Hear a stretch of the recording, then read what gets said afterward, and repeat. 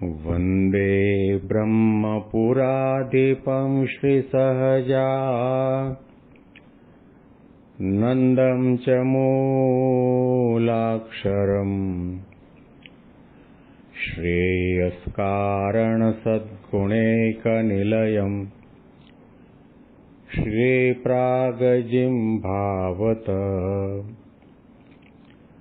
ब्रह्मोपासनधारकं गुरुहरिं यज्ञं तथा योगिनं प्रीत्येवं प्रमुखं महन्तमनिशं श्रीजीस्वरूपं मुदा। बोलो श्री स्वामीनारायण भगवाननी जय। अक्षर पुरुषोत्तम महाराजनी जय। गुणातीतानंद स्वामी महाराजनी जय। प्रमुख स्वामी महाराजनी जय। महंत स्वामी महाराजनी जय। सूरत अक्षरधाम महोत्सवनी जय। આપણે સૌ કોઈ જાણીએ છીએ તે પ્રમાણે આપણા પ્રાણ પ્યારા ગુરુહરિ મહંત સ્વામી મહારાજના આદેશ પ્રમાણે ભારતના તમામ સત્સંગ મંડળોને અમદાવાદ મધ્યસ્થ કાર્યાલય તરફથી આદેશ અને સૂચન કરવામાં આવ્યા કે દરેક મંડળની અંદર 3 પારાયણો થાય અને એક પારાયણની અંદર એક પ્રવચન પણ થાય. પારાયણોના વિષયો આપ્યા છે વૈરાગ્ય મૂર્તિ નિષ્કુળાનંદ સ્વામીના 2 પદો, એમાંનું એક પદ એટલે ભાગ્ય જાગ્યા રે આજ જાણવા.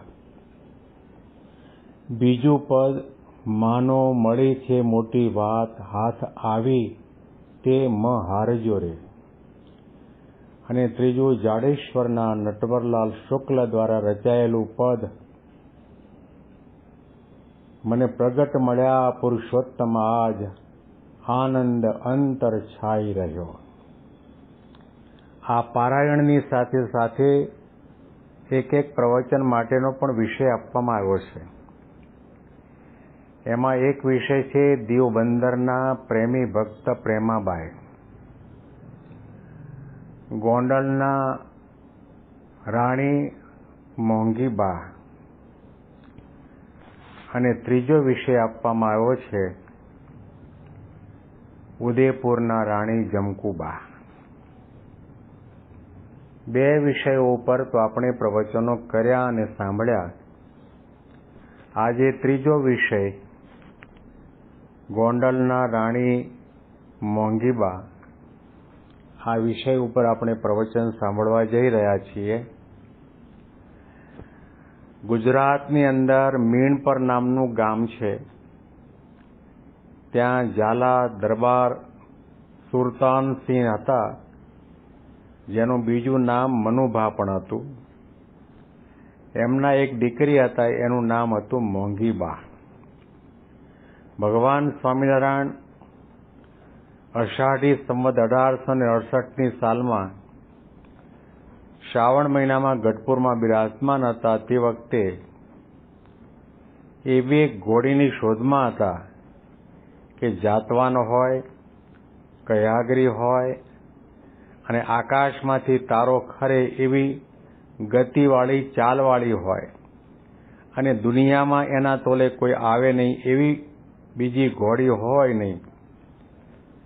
ત્યારે મહારાજે સાંભળ્યું કે આપણે માણકી ઘોડી લેવી છે.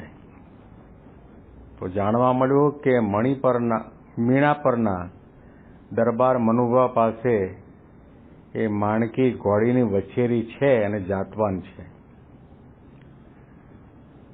ઘોડીની અંદર પણ ઘણી પ્રકારની જાતો આવે છે. એમાં માણકી ઘોડીની જાત છે અતિ ઉત્તમ કહેવામાં આવે છે. અને એની વછેરી મેળવવા માટે મહારાજે દરબાર મનુભા પાસે માણસ મોકલ્યો અને વછેરીની માગણી કરી તો એમણે ઘસીને ના પાડી દીધી કે હું નહીં આપું. ત્યારે શ્રીજી મહારાજે સુરા ખાચરને પૂછ્યું કે મીણાપરના દરબારની સાથે કોઈને સગપણ કે સગા સંબંધી છે એવા તમારા ધ્યાનમાં? એમણે કહ્યું, હા મહારાજ, ભેંસજાળના કાયાજી દરબાર છે, એમની સાથે સારો સંબંધ છે. તો શ્રીજી મહારાજને કોણ જાણે ખબર નહીં કેમ પણ આ માણકી ઘોડી મેળવવાનો લેવાનો એટલો બધો ઉત્સાહ અને ઉમંગ હતો. અધીરા બની ગયા. મહારાજે કહ્યું કે તો ચાલો આપણે ભેંસજાળ જઈએ.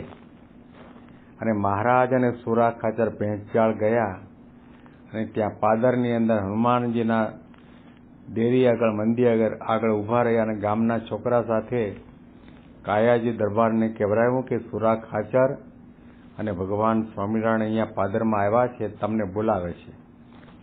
એ સંદેશો મળ્યો એટલે કાયાજીએ કહેવડાવ્યું કે પાદરે શા માટે ઊભા છો? અહીંયા અમારે ઘેર પધારો. એમ કહીને પોતે જ ઘોડી લઈને પાદર મહારાજને આમંત્રણ આપવા માટે આવ્યા અને મહારાજને વિનંતી કરી, મહારાજ તમે અમારા દરબારમાં પધારો. સુરા ખાચર અને મહારાજ પોતે કાયાજીના દરબારમાં પધાર્યા. અહીંયા આવ્યા પછી સુરા ખાચરે કાયાજી બાપુને વાત કરતા કહ્યું કે આ અમારા ભગવાન સ્વામિનારાયણ છે અને એમને માણકી ઘોડી જોઈએ છે. અમને જાણ થઈ છે કે મીણાપરના મનુભા પાસે માણકીની વછેરી છે, જોકે તેઓ વછેરી આપવાની ના કહે છે. તે તમારા સગામાં થાય છે એટલે તમે કહેશો તો આપશે. આ સાંભળીને કાયાજી બાપુએ કહ્યું કે એમાં શું, આપણે કાલે જ મીણા પર જઈએ. અને એ નક્કી કર્યા પછી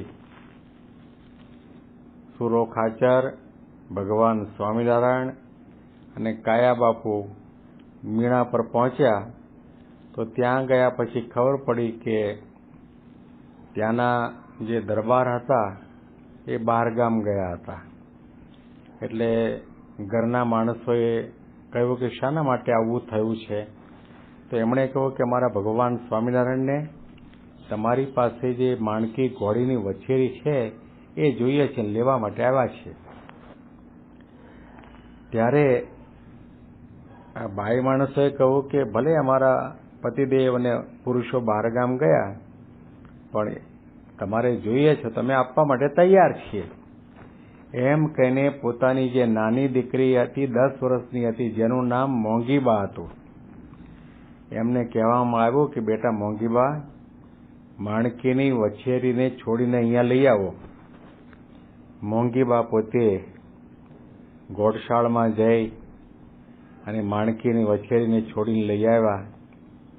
કંકાવટી લઈને એમાંથી કંકુથી મોંઘીબાએ મહારાજના કપાળમાં પણ ચાંદલો કર્યો અને આ વછેરીના કપાળમાં પણ ચાંદલો કર્યો.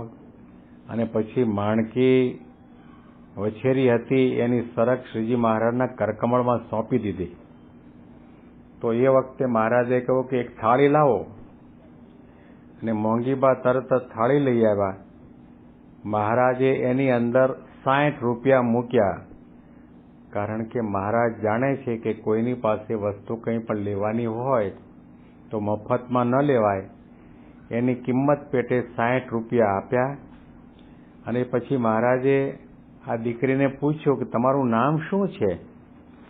ત્યારે એમણે કહ્યું મારું નામ મોંઘીબા છે. આ સાંભળી મહારાજ મરક મરક હસતા બોલ્યા, મોંઘીબા તમે બહુ મોંઘા થશો.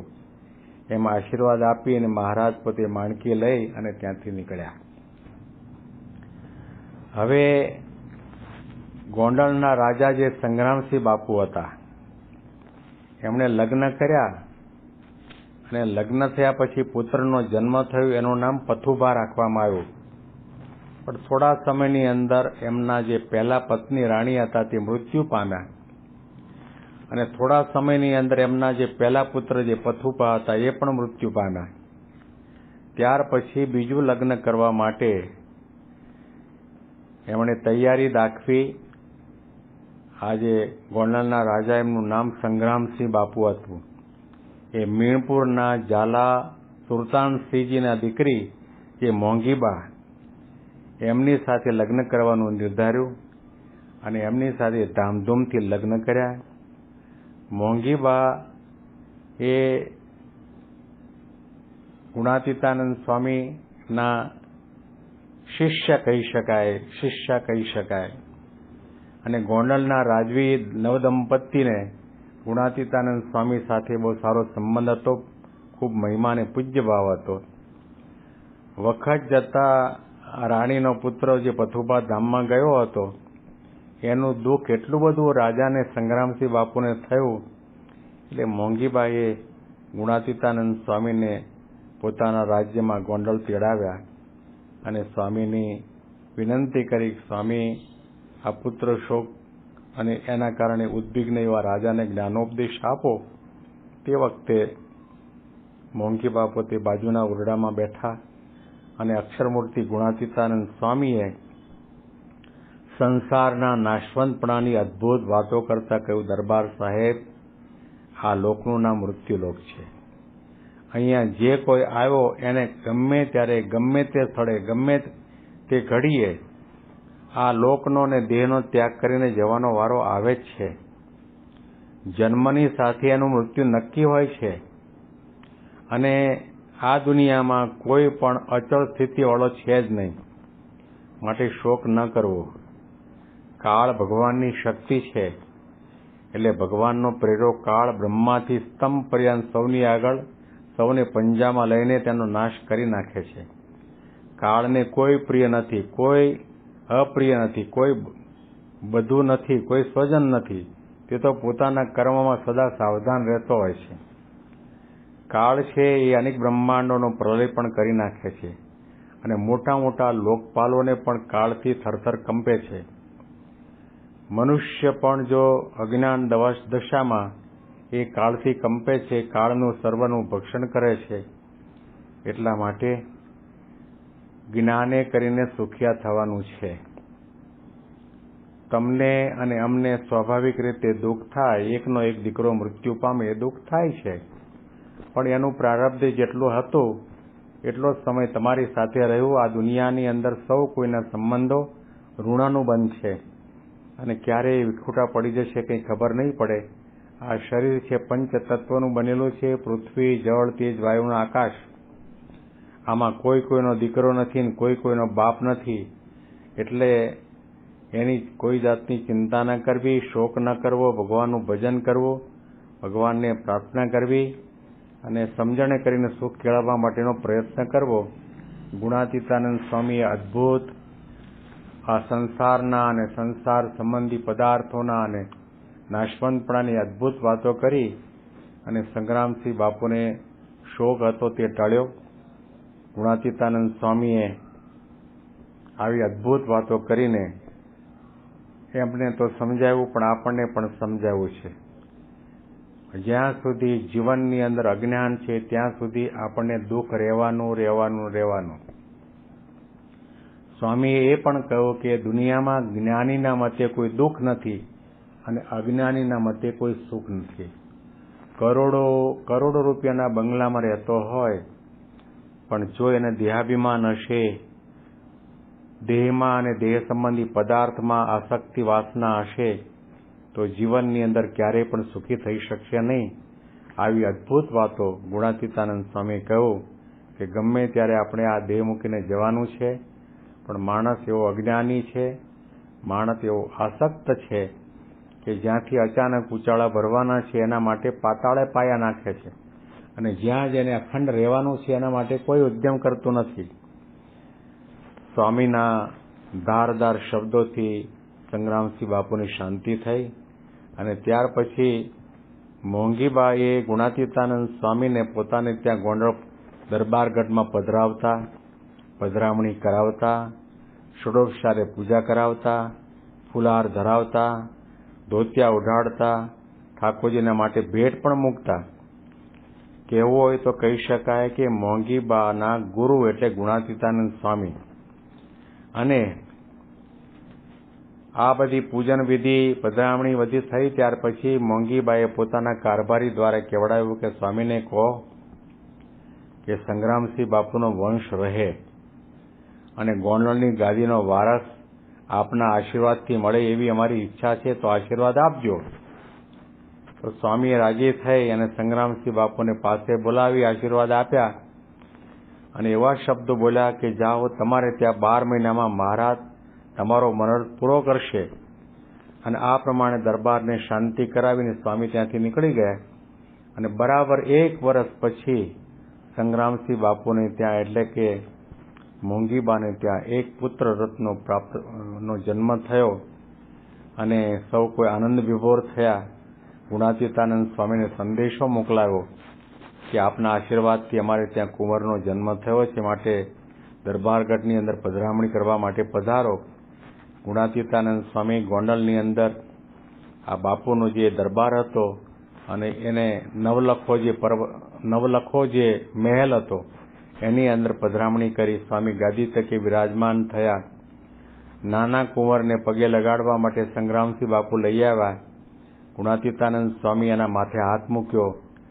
જરિયાની ટોપી અને સોનાની ઉતરી વગેરે સ્વામીએ કુંવરને પહેરાવ્યા અને કપાળમાં કંકુનો ચાંદલો કરી આપ્યો. આશીર્વાદ આપતા કહ્યું કે આ તો ગોંડલની ગાદીના ધણી છે અને સૌ રાજાઓમાં શિરોમણી અને બહુ પ્રતાપી રાજા થશે.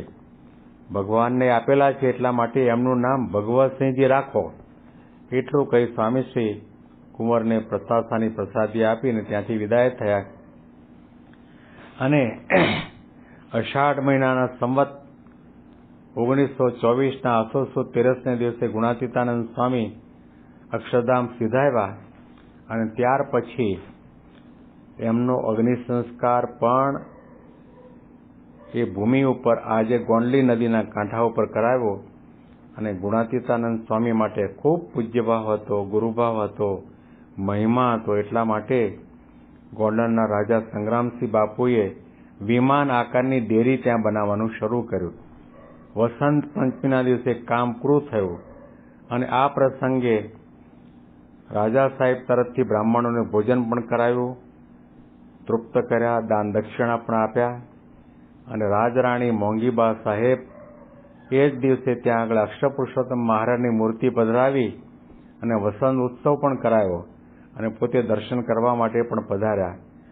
રાજરાણી મોંઘીબા ગુણાતીતાનંદ સ્વામીને પોતાના ગુરુ માનતા હોવાથી હંમેશા એમના અક્ષરગીરીના દર્શન કરવા માટે પધારતા. અને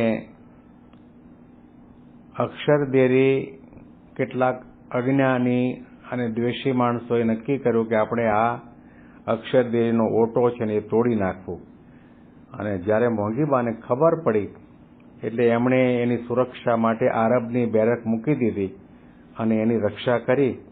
અને ત્યાં આગળ આજની તારીખે પણ દિવ્ય અલૌકિક ભવ્ય શાસ્ત્રીજી મહારાજ દ્વારા મંદિરનું નિર્માણ થયું છે. હજારો લાખો લોકો ત્યાં દર્શન કરવા માટે આવે છે, માનતા કરે છે, પ્રદક્ષિણા કરે છે, મહાપૂજા કરાવે છે. પાછળ ગોંડલી નદીમાં સ્નાન કરે છે, ત્યાં અસ્થિ વિસર્જન પણ કરે છે, પારાયણ પ્રવચન કરાવે છે, સાંભળે છે. આવું અદ્ભુત કાર્ય એ કહેવું હોય તો કહી શકાય કે મોંઘીબાઈએ જો આ સ્થાન ઉપર દેરી બનાવડાવી ન હોત અને એની રક્ષા માટે આરબની બેર મૂકી ન હોત તો અત્યારે કદાચ એ મંદિર ત્યાં હાજર ન હોત. મોંઘીબા એ ગુણાતીતાનંદ સ્વામીના ભલે સ્ત્રી ભક્ત હતા છતાં પણ ખૂબ જ કૃપાપાત્ર ભક્ત હતા. અને મોંઘીબા લગભગ 1883ની સાલમાં ભયંકર બીમારીમાં સપડાયા. 84 વર્ષની ઉંમરના હતા. દર્દ ભયંકર હતું, અસહ્ય હતું. તેમની બચવાની કોઈ જાતની આશા નહોતી. તે વખતે ગોંડલમાં એક અજાણ્યા બ્રાહ્મણે આવીને કહ્યું કે એની દવા હું કરી આપીશ. અને ત્યાં આગળ આવીને મોંઘીબાને તપાસ કર્યા પછી નરસિંહભાઈ દવે એમનું નામ હતું અને એમણે આવીને આ તપાસ કર્યા પછી કહ્યું કે રાજમાતાનું આયુષ્ય હવે માત્ર 21 દિવસનું બાકી છે.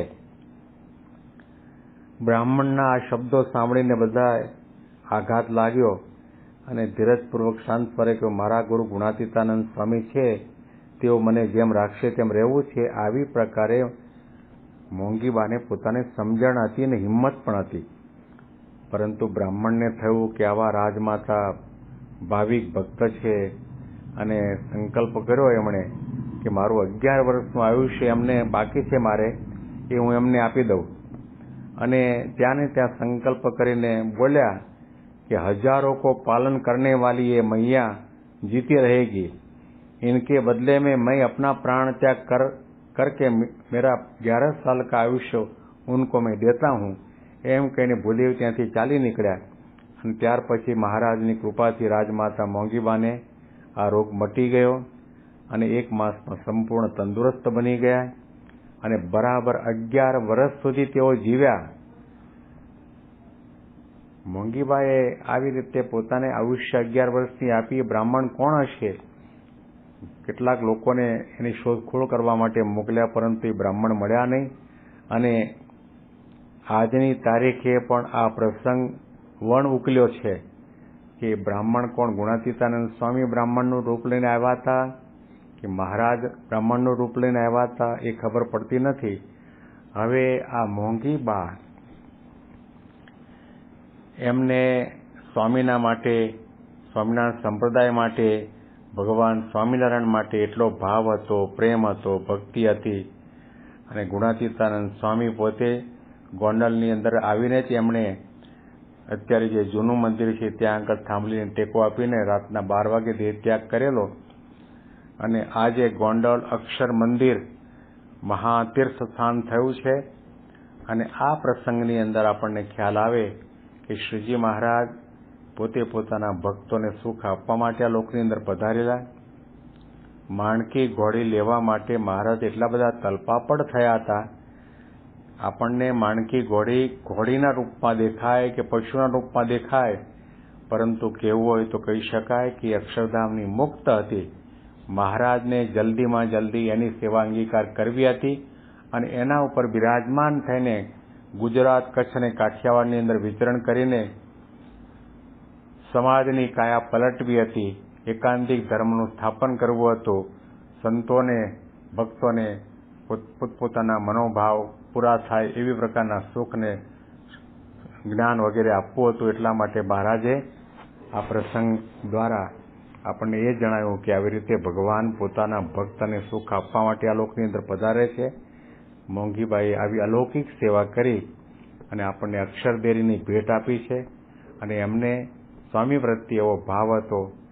ગુણાતીતાનંદ સ્વામી એમના ભાવને આધીન થઈને એમના મહેલમાં પધરામણી કરવા માટે પણ જતા, એમની સેવા પણ અંગીકાર કરતા. અને એમના દીકરા જે ભગવતસિંહ બાપુ એ પૂરા કાઠિયાવાડના જેટલા નાના મોટા રાજ્ય હતા એની અંદર નંબર 1 રાજા કહી શકાય. એમણે એવું રાજ્ય શાસન કરેલું અને એમણે એવું પ્રકારનું શાસ્ત્રીજી મહારાજને કહેલું કે તમે મંદિર એવી રીતનું બનાવજો કે હું મારી બગીમાં બેસીને આશાપુરા મંદિરમાં જાઉં તો હું મારા બગીમાં બેઠા બેઠા અક્ષરદેરીના દર્શન કરી શકું. એવો પ્રકારનો દરવાજો કરજો અને એવી પ્રકારનું મંદિર કરજો. શાસ્ત્રીજી મહારાજે એવા પ્રકારે એમના સંકલ્પ કર્યા પ્રમાણે એ અક્ષરદેરી ઉપર ભવ્ય મંદિરનું નિર્માણ કર્યું. અને આજે યોગી બાપાને અતિ પ્રિય, પ્રમુખ સ્વામી અને મહંત સ્વામી મહારાજને અતિ પ્રિય એવું આ સ્થાન અક્ષરદેરી છે. અને ત્યાંના જે ભક્તો મોંઘીબા, ભગવતસિંહ બાપુ, સંગ્રામજી બાપુ એ આજની તારીખે પણ સ્વામિનારાયણ સંપ્રદાયના ઇતિહાસના ચોપડે પાના ઉપર લખાયેલા છે સુવર્ણ અક્ષરે. એ મોંઘીબાના ચરણ કમળમાં આપણે કોટી કોટી વંદન કરીએ. તમામ સંતો હરિભક્તોને જય સ્વામિનારાયણ.